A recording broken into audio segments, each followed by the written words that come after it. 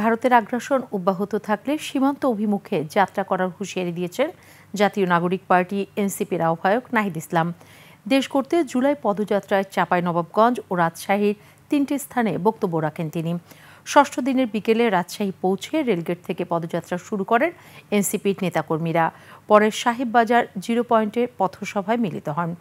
নাহিদ ইসলাম বলেন, জুলাই গণ অভ্যুত্থানের যে স্বপ্ন ও সাহস নিয়ে সবাই রাজপথে নেমেছিল, এখন তাদেরকে নিয়েই দেশ ও সরকারকে বার্তা দিতে হবে। এখনও রাজপথে আছে ছাত্র জনতা। এর আগে বিকেলে গোদাগাড়ি গোলচত্বরের পথসভায় নাহিদ ইসলাম বলেন, জুলাই ঘোষণাপত্র, জুলাই সনদ এবং বৈষম্যহীন বাংলাদেশের জন্য এনসিপির এই পদযাত্রা। দুপুরে নওগাঁ থেকে চাঁপাইনবাবগঞ্জ আসেন এনসিপির নেতারা। সেখানে দলীয় কার্যালয় উদ্বোধন করেন। পথসভায় বক্তব্য রাখেন নাহিদ ইসলাম। মেনে নিব না, অনেক কাল হয়েছে, সীমান্তে অনেক বাহাদুরি হয়েছে, সেই বাহাদুরির দিন শেষ হয়েছে।